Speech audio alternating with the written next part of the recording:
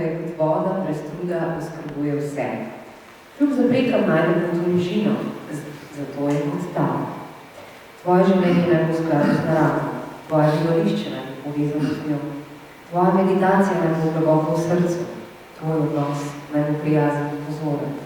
Bodi moj beseda, ravnaj z vsemi enako, najdi si čas za pravi trenutek. Kdo je usklajen z naravo, ne dela po sporočju stvari, vedno je v tem trenutku in pozna resnico delovanja. Dobrodošli, dober večer, zdaj že res lahko skoraj rečemo dober večer, če ravno se dnevi tako lepo daljšajo, da bomo imeli kmalu ob takem času še lep sončen dan. Prebrala sem enega od verzov, stihov Lao-Tsejeve knjige Poti, ki jo je ne samo prevedel, ampak pravzaprav na novo na nek način zgradil prepesnim in dodal komentarje pesnik, prijatelj in še mnogo tega, Miroslav Tičar. Miro, dober večer. Dober večer. No, ta večer nas je glasbeno pospremil Martin Urek pod mentorstvom profesora Tomislava Mladenčiča iz Glasbene šole Brežice. Tako Martina kot kolegico violinistko bomo še slišali, ampak Miro, da bole na začetku prebrala sem eno od koliko verzov prepesnenih v knjigi? 81 verzov. In vsak je dobil še svoj komentar. Ja, kot neki kratki eseji, razmišljanja, komentarji. Poskušal sem pač knjigo približati na našem času. Čeprav so te modrosti večne, pa vseeno so na nek način zahtevne in potrebujejo še dodatno osvetlitev. So nastale 2500 let, v tem smislu izjemno univerzalne, v času in prostoru, ravno prej sem se pogovarjala, da ne glede na to, da je bila knjiga pravzaprav zapisana v tišini korone, vse kako se je začelo, povsem jo lahko beremo tudi danes, ko nismo več zaprti, ampak svet se zdi, kot da se ne spreminja, če ravno se več čas spreminja, ko beremo Lao-Tseja. Ampak če se vrnemo na začetek, Miro, ko si pesmi, pravzaprav te verze prevajal, je bila glasba zraven? Na nek način, ja, ker samo to tista prvinska glasba, ki se rojeva od nas, na nek način je tudi poezija neke vrste glasba v besedah. Vsaj tako jaz to vemo. No, za tiste, ki morda se še niste srečali z Lao-Tsejem in z njegovo knjigo Poti, to je bil zelo poseben moški, človek, mislec, živel je torej davno tega in rekli so mu tudi modri mož. Zakaj je Miro, zakaj je ta mož govoril tebe, zakaj je recimo te nekaj govoril Hafis ali pa Rumi, če tudi vem, da te v nekem segmentu nagovarja, da tudi taka misleca preroka, ki sta veliko mlajša, stara 700 in 800 let. Kaj je na Lao-Tseju, kaj te je pravzaprav na tak način zaustavilo, da si se usedel in prepesnil na 80 verzov? Prvo je, da se prvo branjenje navdušilo, pa niti nisem vedel, zakaj me je tako navdušilo. Nekako je bilo pisano na moja koža, na moj način razmišljanja, na moj način dojemanja. Pred nekaj dnevi sem se nekaj dopisoval z Dragotom Klečkotom. To je raziskovalc, že on je na teh duhovnih stvareh že pred leti, že 30-40 let nazaj je že varal ledino v našem jugoslovanskem prostoru, on je drugače iz Zagreba. Tako kot naši prijatelji, tam se zdravljeni. In je rekel, ja, sem ga vprašal, kaj je meni nekaj v ta činku ali pa ta trinku. Je rekel, ja, to je taka nežna, mehka pot. In verjetno prav to, kar je pritegnilo. Ne? Se ti zdi, da zato, da to nežno, mehko pot, zakaj nežno, ne? Zato, ker ni tako rigorozno, pravzaprav ta, ko ga berete, ti da na dlani, v prvi dlani ti da svojo resnico. Ti si tisti, ki jo vzameš ali ne, ali jo vzameš na pol, ali na kakšen način, kaj zmo narediš, ne? Zato temu pravimo filozofija in ne religija, če tudi religije puščajo nekaj vrste svobodo, pa ta, v čem je recimo praviš nežna pot? Zakaj se te to dotaknilo? Ne vem, mora biti človek zato tudi že dovolj zrel, da je začuti? Lahko, da jaz sem, tako pravijo, ne, se bodo že starih časov pravijo, da ko je učenec pripravljen, se učitelj pojavi. In verjetno sem bil pripravljen na to učenje, tako da se je potem tudi knjiga pojavila v moji roki. No. Bila je v angliščini, ampak se mi je pritisknila. Poznavalec resnice potuje brez sledi, govori brez jeze in deluje brez zapisa druga. Ko zapre vrata, ki so brez zapaha, jih nihče več ne odpre. Njegovi vozni so brez grdi, nihče jih ne razpozna. Bodi modri in pomagajo vsem nepristransko, ne pozabi na nikoga. Izkoristi vsako priložnost, kako slediš luči. Kaj je dober človek drugega kot slabih učitelj? In slab človek da dobremu delu.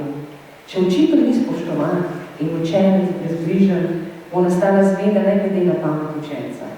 To je velika skrivnost. V marsičem, če pravimo, da je dal univerzalen, ampak kapitalizmu pa ne bi bil všeč, ker je to počelo je izjemno nesebično. Se tudi v tistem času, ko je to nastajalo, so bili burni časi, takrat so bile kar nenehno te vojne znotraj Kitajske, ki so bile razdeljene na več kraljestv. Potem, zato je tudi Lao Tse zapustil mesto arhivarja na dvoru in se odpravil v samoto. Ne vem. Kakšen človek je bil Lao Tse? Lao Tse je bil, kako vem,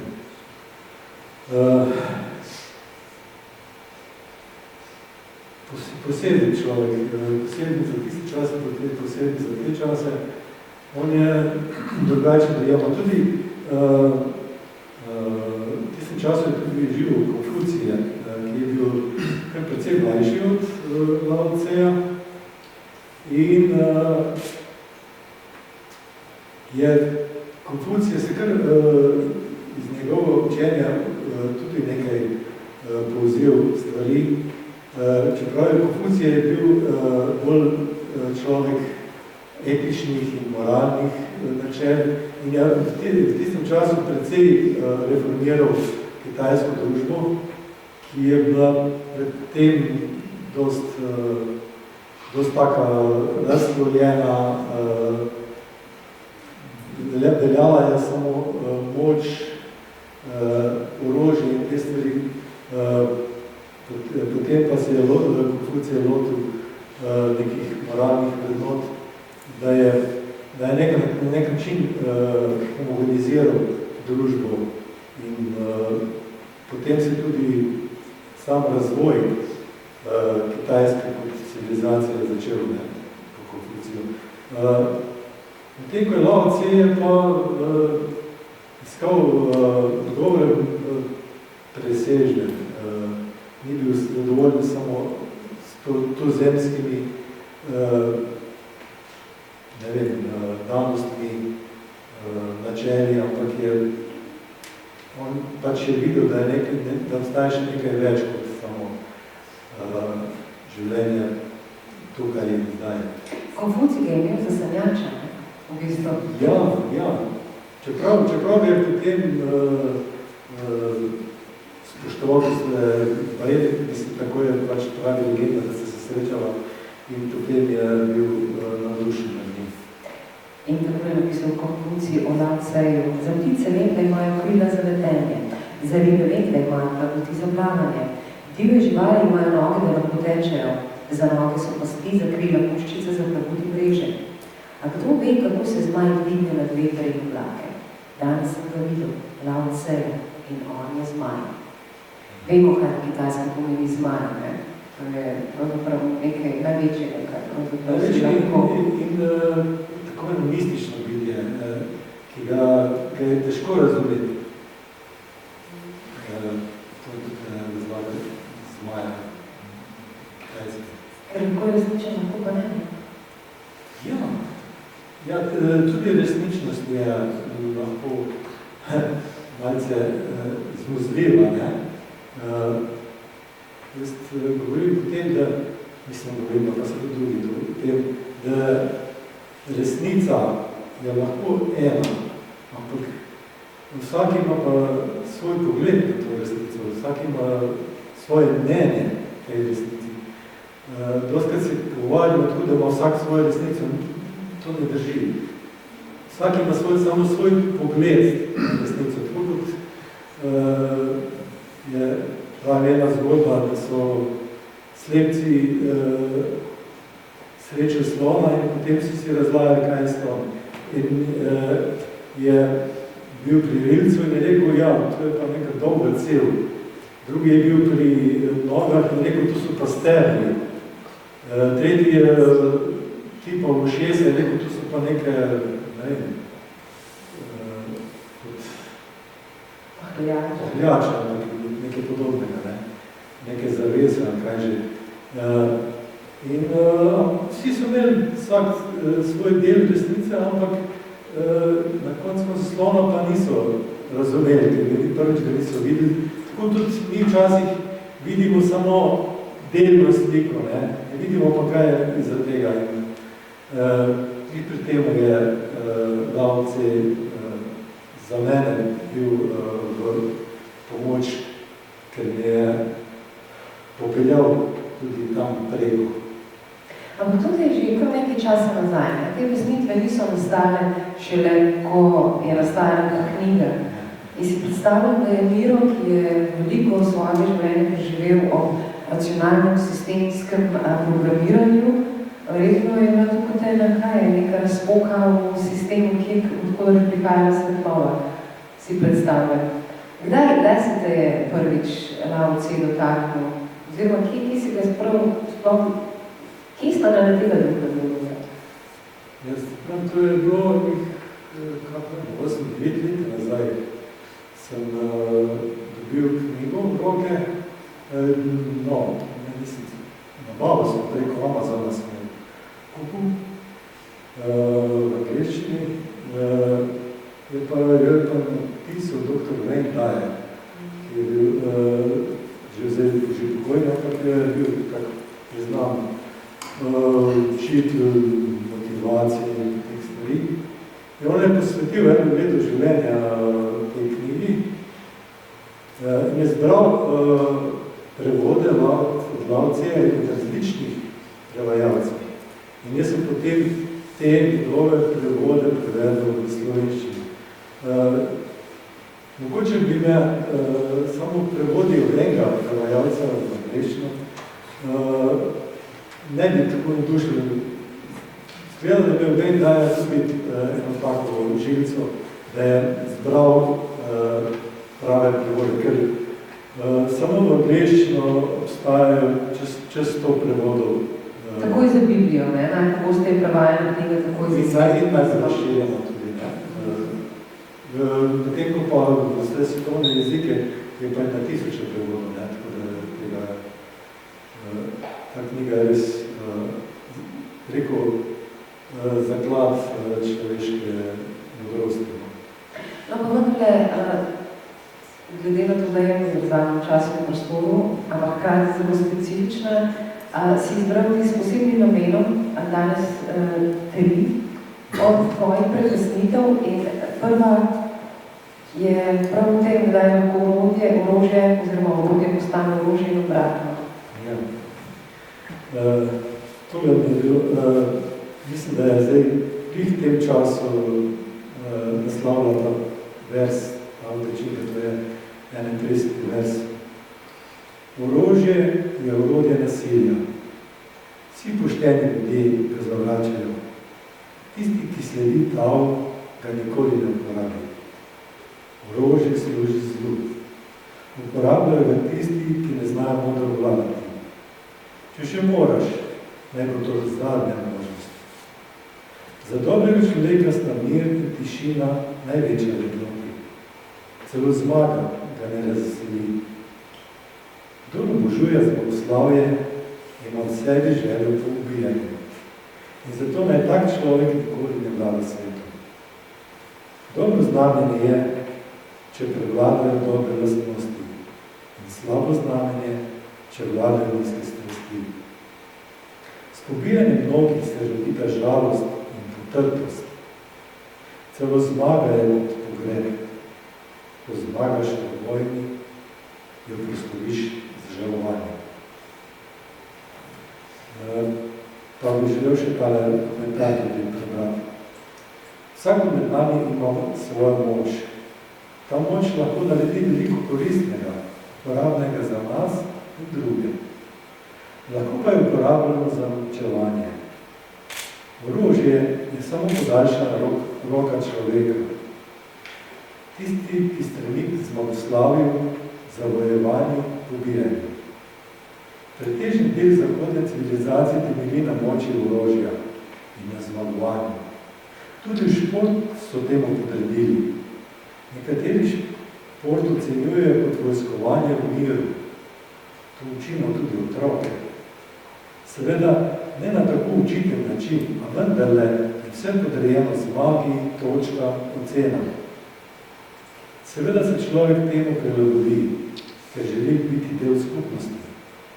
Želja po zmagovanju prihaja iz naših nižjih nagonov, ker mislimo, da bomo kot zmagovalci lažje in udobneje živeli.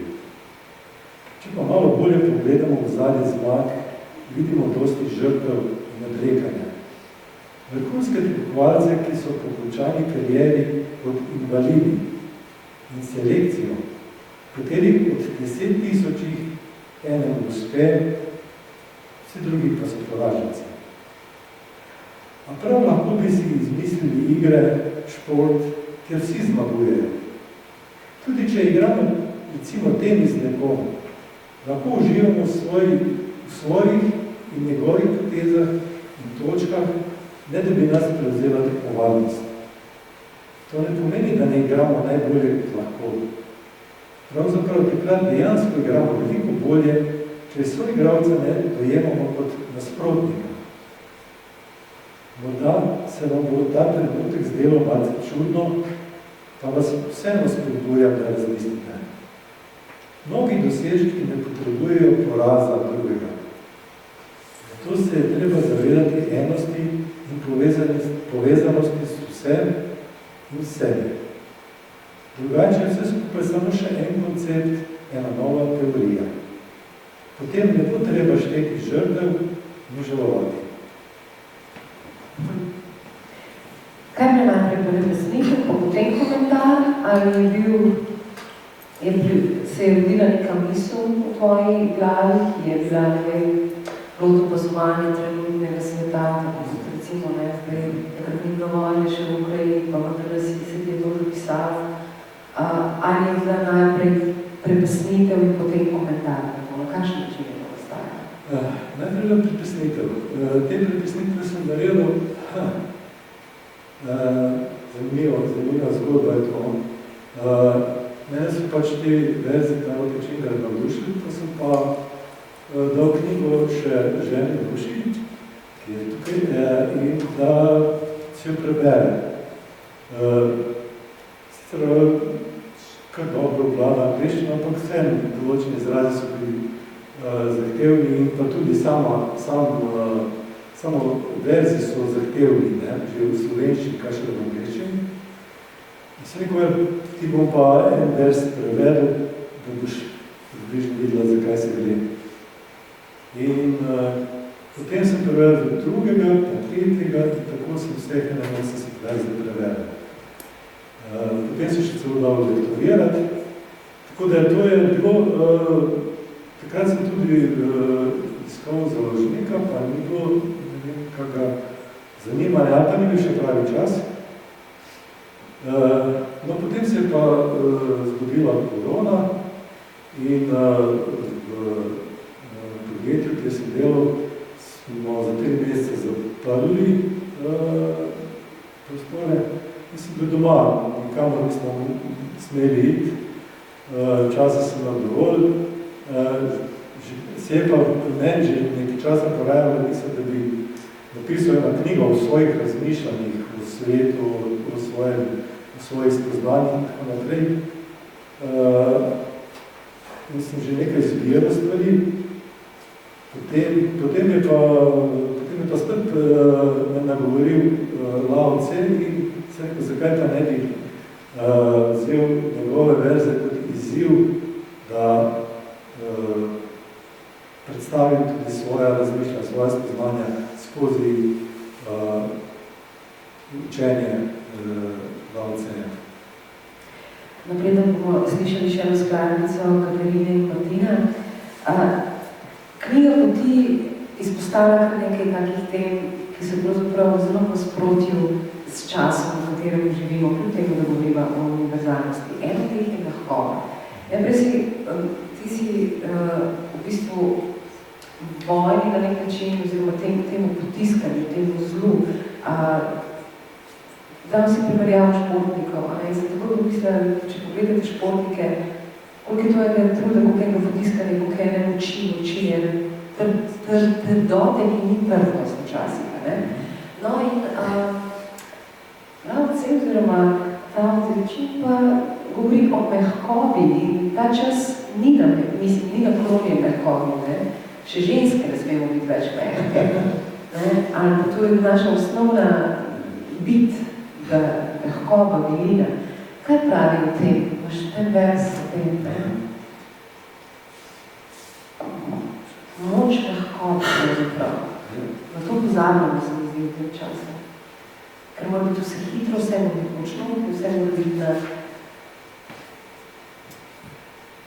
Mehkoba vseh stvari prevlada nad njihovo trdoto. Ta, ki nima vsebine, lahko vstopi tam, kjer ni več prostora. Zato poznamo vrednoto nedejavnosti. Učenje brez besed, igranje brez gibanja, neredki na svetu to obvladajo. To je pot modreca. Resnično so redki tisti, ki dosežejo obilje v tem svetu.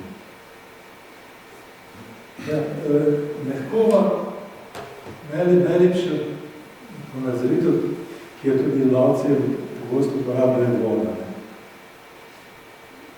Voda je zelo, bi rekel, kaj močnejša voda ali kamen. Ko to primerjaš, bi vsak rekel kamen, ampak meni se zdi, da pa je voda močnejša, ker je vztrajna in bo tudi izdolbla čez kamen pot, bo počasi preoblikovala kamen. Se pravi, da je v vodi, v njeni mehkoti posebno moč. Mehkoba pa tudi v glasbi, zato bomo zdaj povabili ponovno Martina Ureka, na gitari, gitarista in pa Katarino Petrič, violinistko.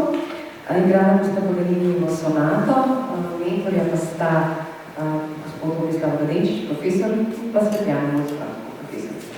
Katarina in Martin, prosim.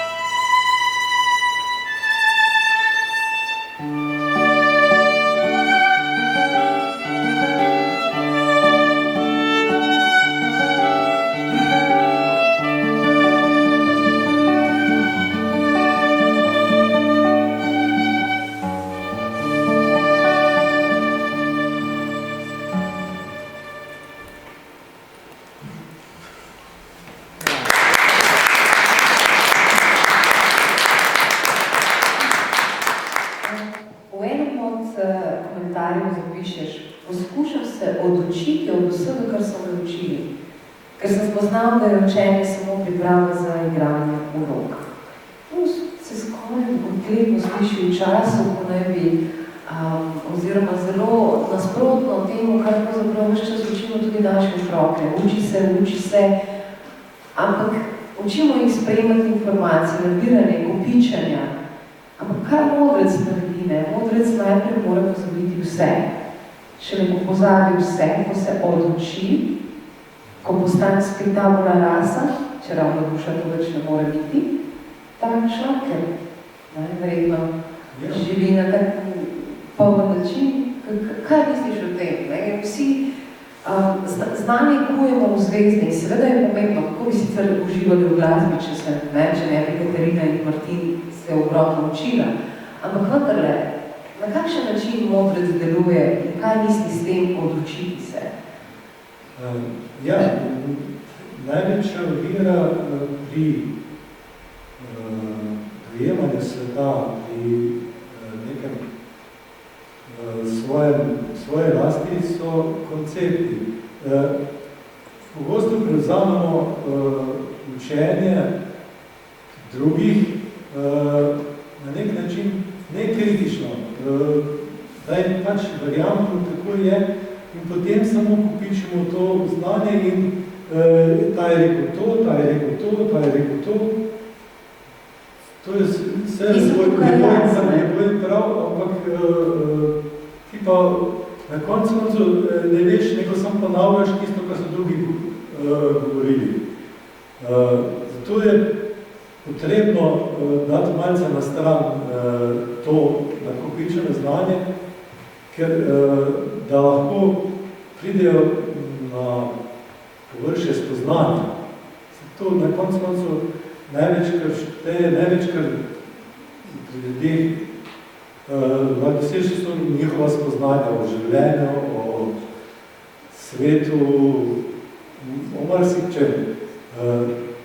Vedno je bolje, da rečeš ne vem,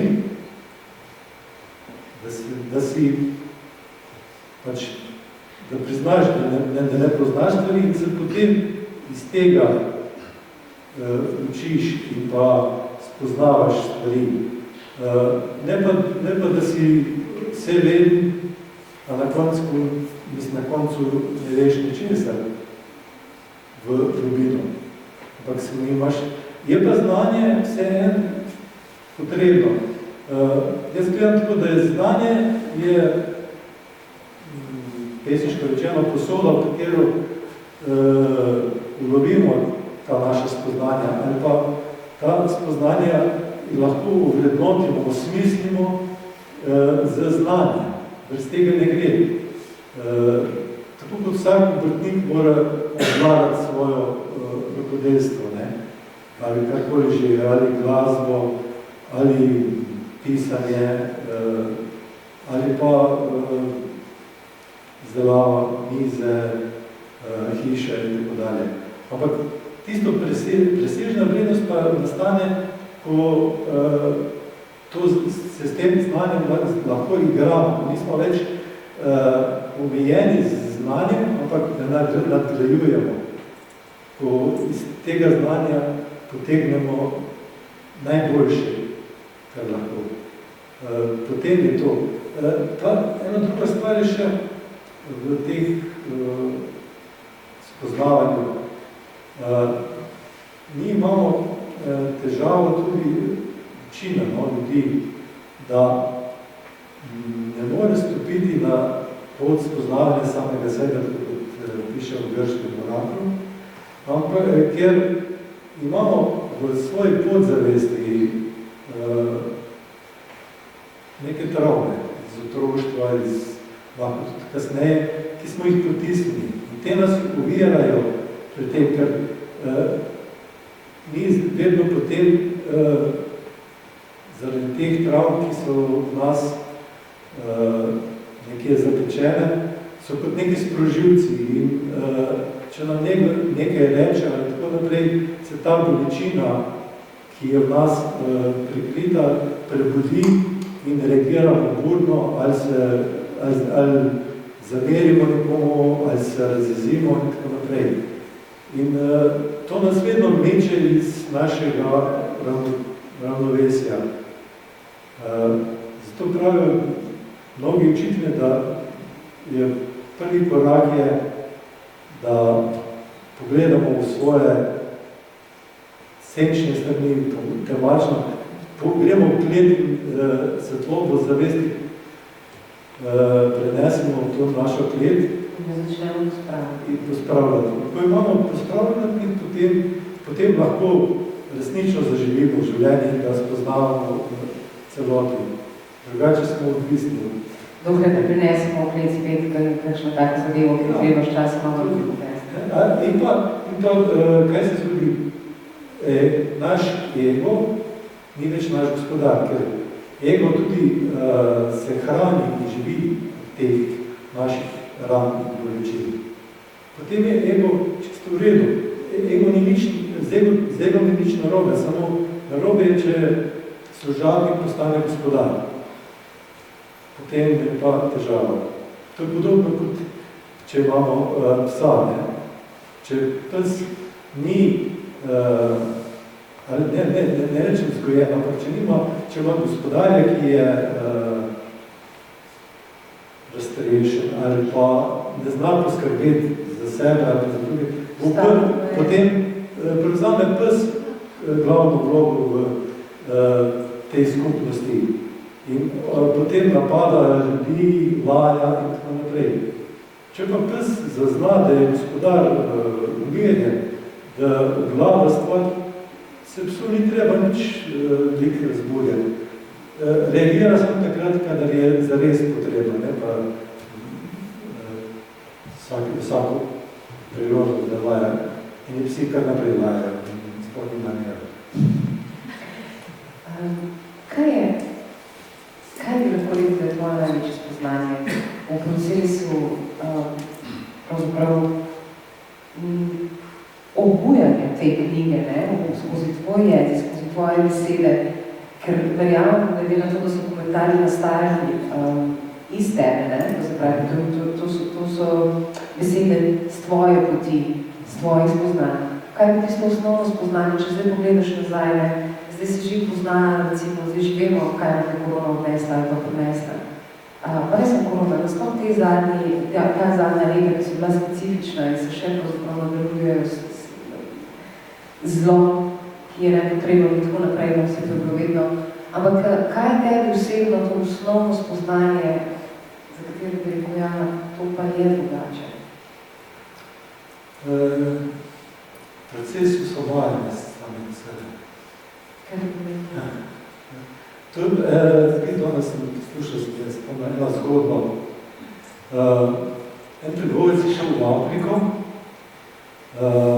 za posle in ko je tam že sklenil posle, je videl eno partnigo, ki je oponašala ljudi, znala govoriti, ki je tam bližini, ampak je bila na prostem. In bolj je ta trgovec tako zaželil tisto partnigo, da so domačini ulovili, dali v kletko, in on je odnesel domov. On je res lepo skrbel za njo,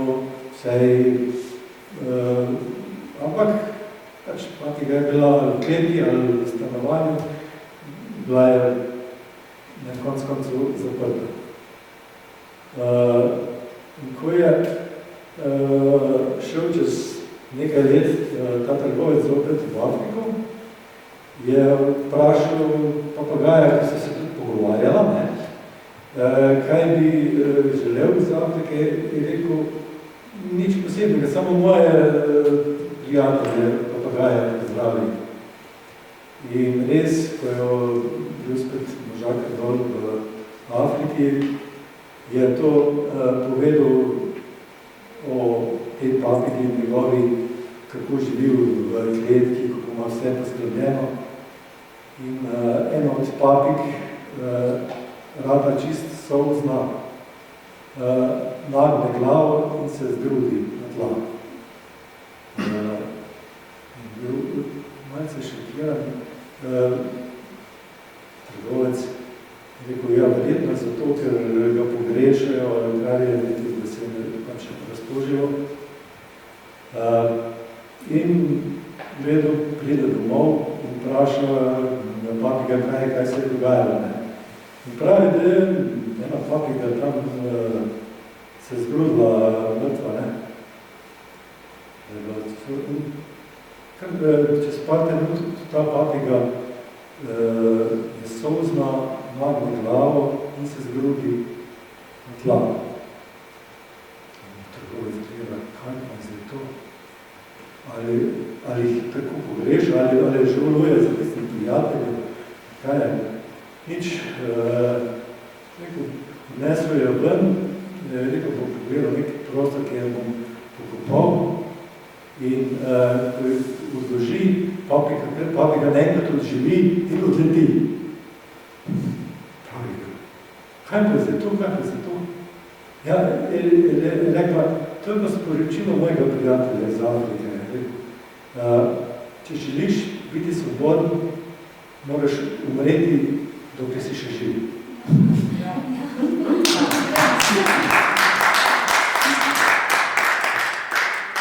Se pravi, da mora nekaj, kar je v tebi odveč, kar ti ne služi, mora odvreti. Ja.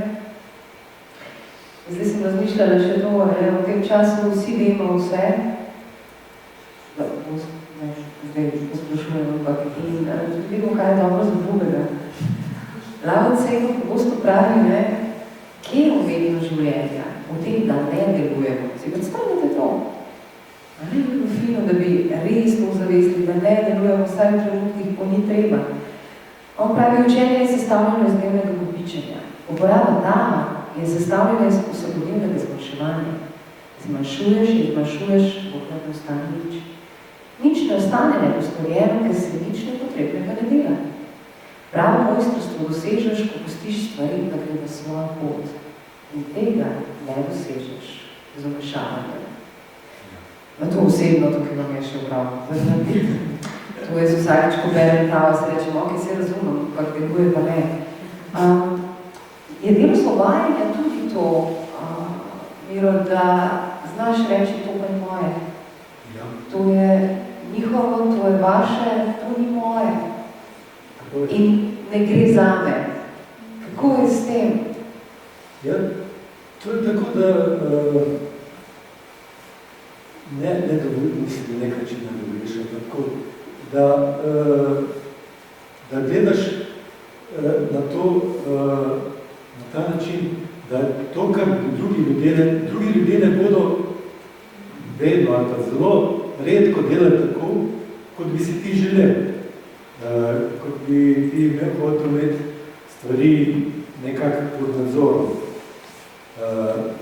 In zato se na koncu potrebno osvoboditi te želje po nadzoru, po nekem pričakovanju, ampak poskrbeti, da ti deluješ na način, ki je zate in za druge dobro. Tako boš na nek način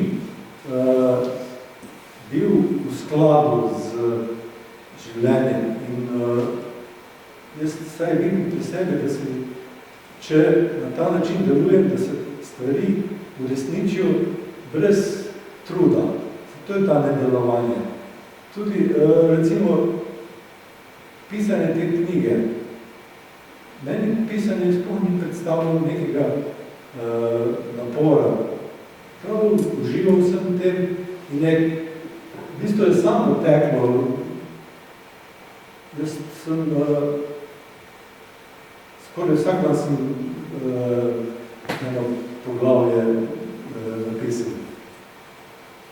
Tako da, to je to. Isto se časih pri določenih športnikih ali pa vrhunskih športnikih ali pa tudi pri ekstremnih športih dogaja, da ljudje so v popolni koncentraciji, ne vidijo ne levo, ne desno, so v tistem fokusu, v tistem, kar delajo in takrat delajo brez napora, brez tistega moranja, brez tistega siljenja, nekaj, ampak delajo to z veseljem, v bistvu skladu z samim seboj. Ampak podaš tvoje misli, zato modrec govori. Ničesar ne storim in ljudje se spremenijo. Živimo v miru in ljudje postanejo pošteni. Ničesar ne naredim in ljudje obogatijo. In če ne ukazujem ljudje, postanejo to, kar naj bi bili. Skoraj delimo malo idealistično. Žal ni tako, da če smo mi pošteni, bodo tudi drugi. Ampak spet, ne? Pomembno je, da našo pot gradimo sami. Kaj tebi pomeni pot? Ne? Pri pesmi si knjigo poti. Ja. Kaj je pot per se, samo po sebi zate? Je to dan od jutra do večera, je to življenje od jutra do večera? Tako je. To dejansko vidiš, ko sam postaneš pot. Pot ni nekaj izven tebe, nekaj abstraktnega, kar bi moral doseči, ampak se ti nekako uskladiš ali pa poenotiš s potjo. To je za mene bistvo tega. S tem, da pač moraš se spremljati na tej poti, moraš imeti neko ali ogledalo, ali to ti ljudje tudi nudijo. Če hočeš pa ne, ti nudijo ogledalo, to je najbolj zanimivo, kaj misliš, da si že nekaj dosegel, jaz sem pa miren in tak, pa te nekdo lahko mimo gredeš. Najraje nekdo, ki je zelo blizu, te spravi na obrate, tako da ni, to imaš pač nenehno možnost učenja. Ker nagovarja tisto, kar si prej rekel, ja. Tisto, kar je spravljeno še pod zavesti. Kar ne očistiš, tudi ko zavestiš neko zadevo, je to tako, da se to postopoma celi, razdravi. To ni čez noč. Ta proces je enkrat, ampak vidiš pa, da napreduješ. Ne? Včasih si se razvil in si še pol tedni ali pa mesec dni kuhal za mero, bil slabe volje. Ne vem, meni se dogaja, da tudi če se razvim, sem čez 10 minut že miren. In mi sploh ni več pomembno, zakaj sem mislim to, da se naučim, kaj sem se nekaj z tega naučil. Ja, ampak vzrok mi pa ni več pomembno. In ni več pomembno tisti človek, da bi se zdaj na njega oziral ali pa mu zameril ali pa bi bil sovražen na njega. Te potrebe nimam več. Zato pa velja narastemo v odnosih, ne samo sami sabo, ne? Ker sami sabo, da je gledalo, vidimo samo sebe. Miro, glede na to, da praviš, da je najljubše pot takrat, ko to postaneš sam, kje so potem v tvojem življenju zdaj cilji? Kakšno vlogo imajo pa cilji? To se pravi, tisti zaključki poti.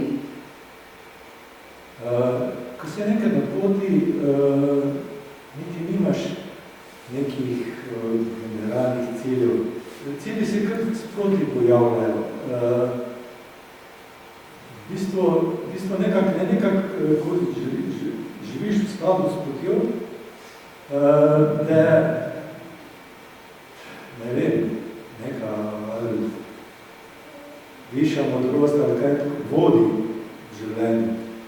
Te je recimo tao ali božanska modrost, ali karkoli že to imenujemo, imena niso tako pomembna, te vodi in te ti kaže,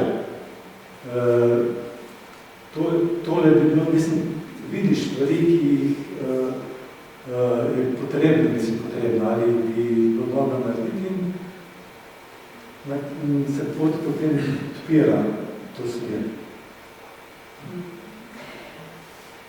Nebo in zemlja sta nepristranska. Na tisočere stvari gledata brezbrižno kot puškega psa. Tudi modrec je navezan, da vseh ljudi enak. Modrec je kot nebo in zemlja, ničemu ni posebej pri srcu in nikogar ne postavlja. On daje brezpogojno in ponuja svoje zaklade vsakomor. Med nebom in zemljo je prostor velik kot napihnjen balon. Prazen, neizčrpan, bolj ga uporabljaš, več ga je. Drži se središča. Človek je ustvaril, da sedi v miru in najde resnice v sebi. No, ta je pa čisto mimo našega časa. Se mi zdi. Pa vendar ne. Pa odvisno, to je relativno, ne? Zakaj bi pa moral nas čas določati? Ne bi bilo bolje, da bi mi določali čas. Prevečkrat sledimo stvarem, normalnokrat sami smo kreativni oblikovalci časa. Pred časom jaz sem delal v Lisi, poznate to podjetje.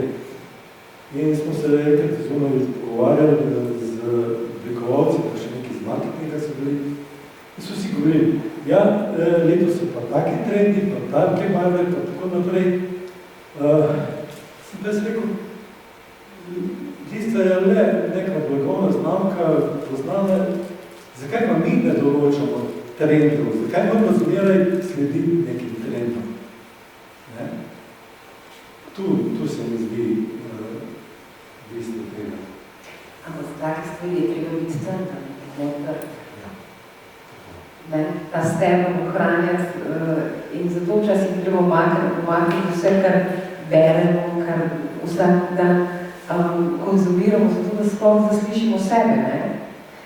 In da to trdno zgradiš lahko samo dejansko sedenje v miru in razmišljanje o tem, kaj v resnici si. Skozi delo, skozi sesanje, skozi ljubljanje krompirja, se ni treba biti na miru, ne? No, recimo, meditacija je lahko tudi striženje žive meje ali karkoli delamo, če delamo z pozornosti, če smo tam, če smo v tem. Če pa smo zmislili neki druge, delamo pa nekaj, ali pa še en kup stvari zraven, še eno televizijo prižgamo, da je še tam malo pogledamo, pa tako naprej. Se mi zdi, da smo pa malce razpršeni. In to nam manjka v tem času. V tem času nam vse v redu. Jaz si predstavljam življenje kot vrtiljak. Vrtiljak ima na sredi ta stebr, ki je nepomičen. Dokoliko so pa te sediži, na kateri se vrtimo. In je čas, ko se sedemo na sedeži, se vrtimo, in je čas, da smo v centru, pod stebr mirni, da lahko slišimo samega sebe, da ne poslušamo samo hrupa, ki ga ustvarja življenje. Danes še bolj kot včasih mojega otroštva. In zato je potrebno imeti čas zase. Ne, da greš, recimo, ali da greš teč, pa imaš slušalke gor, pa ne vem kaj, pa ne vidiš nič. Da greš, da tudi vidiš, če greš čez gozd, da vidiš drevesa, da vidiš. In slišiš. In slišiš, ja. In tudi začudiš s celim telesom prisotnost v življenju v gozdu. To mislim zdi, da manjka, to bi lahko več počenjeno. Očitno si to slišal za moje misli, ker sem jaz ravno želela s tem tvojim vrtiljakom zaključiti ta naj pogovor, ampak sem vesela, da sem se spomnila, da boš ti še en izbran stilce danes, še tretjega. In vi pa ta čas tako razmislite, če imate kakšno vprašanje, potem je čas za vas. Ali misel, ali vtis, ali odziv, kako. Po hudem prepiru ostane nekaj zamere. Kaj lahko naredimo? Biti zadovoljni s tem, kar imaš in na koncu vedno najboljše. Nekdo mora tvegati in na rane odgovoriti s prijaznostjo. Sicer se sovražnost ne spremeni v dobro voljo. Zato modri vedno daje brez pričakovanja hvaležnosti. Tisti z resnično krepostjo vedno išče pot dajanja. Tisti, ki te kreposti nima, išče, kako bi kaj dobil. Dajalcu se odpira polnost življenja, jemalcu ostane prazna dlana. knjigo. Zdaj, ko je ta knjiga že nekaj časa na svoji poti, ne?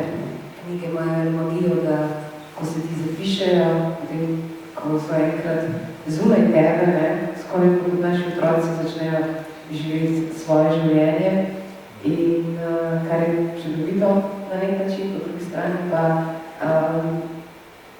na kakšen način dojemaš pot te knjige? Kaj si želiš za njo? Ali kaj si želiš, da bi ljudje v njej našli?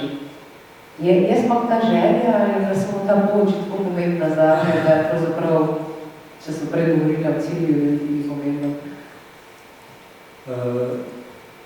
Včasih se moj ego glasi, pa hoče spreminjati svet, pa biti najpametnejši, ampak v bistvu je pa cilj knjige, da tistemu, ki mu je namenjena, da mu pomaga na njegovi poti, da sam poišče svojo pot. To bi bilo nekako sporočilo te knjige. Pa če bo to uspelo, če bo nekomu dalo odgovore, je to moje delo poplačano. Tudi tako razmišljam, ne? Pravi, ja, ampak mnogi tega ne bodo razumeli, pa ne razumejo. Nič hodega. Semje je posejano. Ko bo čas dozorel, bo nekaj iz tega zraslo. Pa tudi čez 10 let. Kaj vam več pomeni, vi ali vaš ugled? Kaj več velja, vi ali vaša rastlina? Pravim vam, da kar dobite, prinese več težav, kot kar izgubite. Ljubezen je sad odpovedovanja, bogatstvo pa je sad nepodušnosti. Zadovoljen človek je nikoli razočaran, kdor se zna ustaviti, se nikoli ne izčrpa. Vedim je dolgo življenje. Želim vam, da je pred vami en lep večer in zadovoljno življenje. In ta večer Miro najlepša hvala za prepustitev te knjige, za vse komentarje. Knjiga je tako večplastna, da bi lahko mi sedeli en teden se pogovarjali resno. In še nekaj. Ravno prej sem Miro rekel, da se zdaj srečujejo v tej knjigi, mislim, da tretjič, in seveda vsakeč je prebirati znova. In kaj je tudi čarovnija dobre knjige, ne? Da knjiga bere tebe. In vsakeč znova, ko jo odprem, jaz se igram z njo tudi včasih kot oranka, jo odprem in potem pridem na kakšen dolg komentar s Simpsoni, oj, Miro, si lahko to bi malo kaj što napisal? Kjecam se, zanimivo je, ne, da knjiga res bere tebe v trenutku, v katerem si, in to je ena teh knjig, ki je neizbrisan, neosakljiv vir, vsakeč znova, pa se to sem že brala, ne? Ampak danes berem drugače. Tako da hvala ti za to knjigo, hvala za vse tvoje zgodbe današnjega večera in verjamem, da bo še. A mimo grede, kaj se zdaj pripravlja? Vem, da zdaj, ko si v pokoju, imaš toliko časa. Ne, pripravljam novo zbirko. Počasi se delajo pesmi, čeprav zdaj sem spet v neki prehodni fazi, kjer se mi zdi, da bodo neke pesmi na čist en nov način nastajale in verjetno bom še zdaj začel pisati pesmi za novo zbirko. Ali pa bom uporabil nekaj tudi, ki so že napisane, sam jih bom preoblikoval. Tudi na tem področju se človek uči, raziskuje, raste in želim, da ni pesniška zbirka samo skupek pesmi, ki sem jih v tem času nabral, da bom imela tudi neko vsebino, neko svojo zgodbo, zato pa je potreben čas in delo. Vmes pa še kakšen dogodek, kakšno zmeri s poezijo. Eden, če bi lahko menila že enega, ki je zelo lep. Vedno je. Z knjižnico Krško smo se dogovorili, da bo 2. junija to je 6. pesniško srečanje v Krškem, v parku, ki bo posvečen poeziji. To bodo povabljeni avtorji iz Hrvaške, Bosne, Slovenije. Mislim, da bo prav lepo. Tudi glasbena gostja bo Lara Janković. Mislim, da bo ene večer. Tako da vsi dobrovabljeni, vsi tudi, ki obiskujete Brežiško knjižnico in vsi, ki imate radi poezijo, takrat bo že poletje, zunaj bomo in učili se bomo ta prepuščati in biti v trenutku in se imeti lepo. Hvala lepa za vašo pozornost, imejte se zelo lepo, zdaj pa zaključek pa še Martin svojo kitaro.